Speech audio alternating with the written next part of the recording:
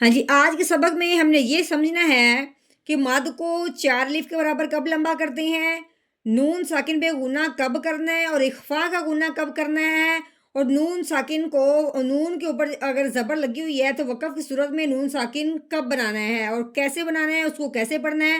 تو چلیے آپ شروع کرتے ہیں اپنا سبق، اور آپ نے بہت دھیان اور توجہ سے سننا ہے۔ پہلے ہم دعائیں پڑھتے ہیں، اس کے بعد انشاءاللہ ہم اپنا سبق شروع کرتے ہیں۔ نحمده ونصلي على رسوله الكريم اما بعد فاعوذ بالله من الشیطان الرجیم بسم اللہ الرحمن الرحیم۔ السلام علیکم ورحمۃ اللہ وبرکاتہ۔ امید ہے آپ سب خیریت سے ہوں گے، انشاءاللہ جہاں ہوں گے ایمان اور صحت کی نعمت سے مالا مال ہوں گے۔ ہاں جی، تو آغاز کرتے ہیں ہم اپنے آج کے سبق کا دعاؤں کے ساتھ۔ تو چلیے شروع کرتے ہیں۔ اللهم صل على سيدنا ومولانا محمد وعلى آل سيدنا ومولانا محمد وبارك وسلم۔ رب اشرح لي صدري ويسر لي أمري واحلل عقدة من لساني يفقه قولي۔ رب زدنا علما رب زدنا علما رب زدنا علما۔ أعوذ بالله من الشيطان الرجيم بسم الله الرحمن الرحیم۔ ہاں جی، عین کے اوپر لگی ہوئی ہے زبر، عین کے اوپر زبر ہوگی تو کیسے پڑھیں گے؟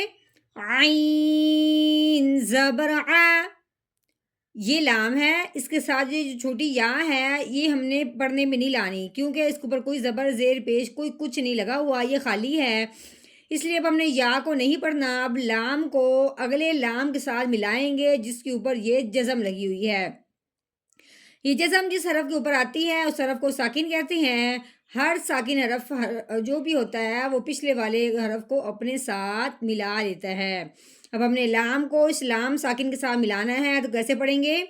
لام لام زبر لل علل، ٹھیک ہو گیا؟ علل۔ ہاں جی، الف کے اوپر کیا لگی ہوئی ہے؟ زبر لگی ہوئی ہے۔ الف کے اوپر زبر زیر پیش آ جائے اس الف کو حمزہ کہتے ہیں۔ اب اس الف کو اب ہم نے حمزہ بنانا ہے، کیسے؟ حمزہ زبر آ، کیسے پڑھیں گے؟ حمزہ زبر آ۔ ہاں جی، رو کے اوپر لگی ہوئی ہے زبر، رو کے اوپر زبر یا پیش ہو تو اس رو کو موٹا کرتے ہیں۔ اب ہم نے اس کو موٹا کرنا ہے، اس کے ساتھ آگے کیا ہے؟ الف ہے۔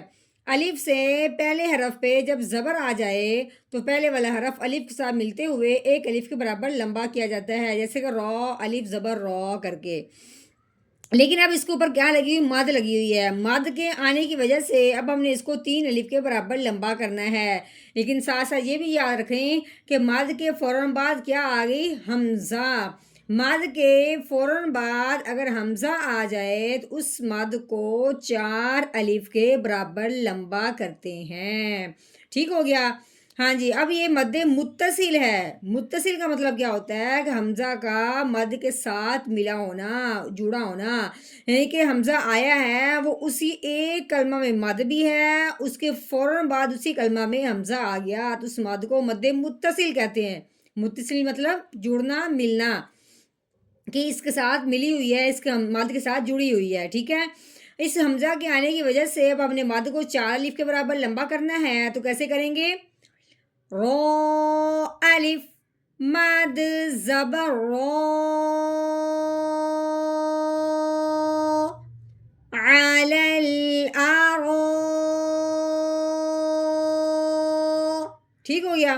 حمزہ کے نیچے زیر لگی ہوئی ہے، حمزہ زیر ای، علل آرو ای، ٹھیک ہو گیا؟ کاف کے نیچے زیر ہے، کاف زیر کی، علل آرو ای کی۔ یہ جو لام ہے یہ وقف کی صورت میں ہوتا ہے، وقف کے لیے، لیکن لام کا وقف ہلکا ہے اس لیے اب ہم نے لام کا وقف نہیں کرنا۔ اب ہم نے آگے جانا ہے، یا کے اوپر کیا ہے؟ زبر ہے، آگے نون کے اوپر جزم آنے کی وجہ سے نون ساکن ہو گیا۔ یہاں بات سمجھنے والی ہے، جب بھی نون ساکن ہو اس کے بعد اگر حروف ہلکی آ جائے تو نون ساکن پہ غنہ ہم نے نہیں کرنا، لیکن جب ہم نے دیکھا ہے کہ وہ حروف ہلکی میں سے ایک کوئی حرف نہیں ہے تو اب ہم نے نون ساکن پہ غنہ کرنا ہے، وہ بھی کون سا؟ اخفا کا۔ اخفا کا غنہ کیوں ہو رہا ہے؟ وہ حروف ہلکی میں سے نہیں ہے اس لیے۔ کیسے؟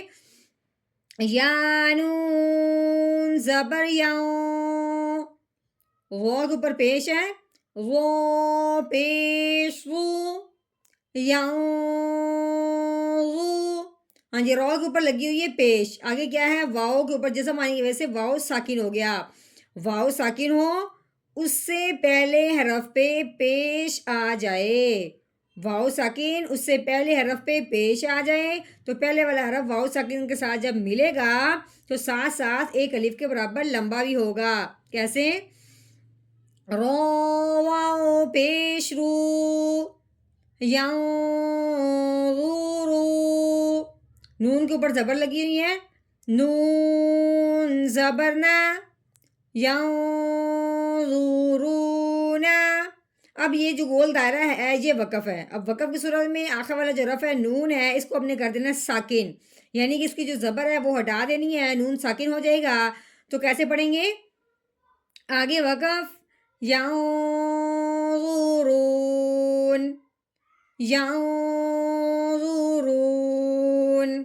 ہاں جی، اب ہم نے اس مکمل آیت کا کر لیا ہے توڑ، یعنی کہ ہجے کیے ہیں، اجرا کیا ہے کہ اس کو اس کے ساتھ کیوں ملانا ہے، کیوں نہیں ملانا، کتنا لمبا کرنا ہے، کیسے گنا کرنا ہے، کیوں کرنا ہے، کیسا گنا کرنا ہے، یہ ساری ہم نے تفصیل کر لی۔ اب ہم نے اس کی روانگی کرنی ہے، یعنی کہ اجرا کرنا ہے، اجرا کر لیا، روانگی پڑھنی ہے جوڑ کے ساتھ۔ کیسے؟ علی الارائک ینظرون، علی الارائک ینظرون،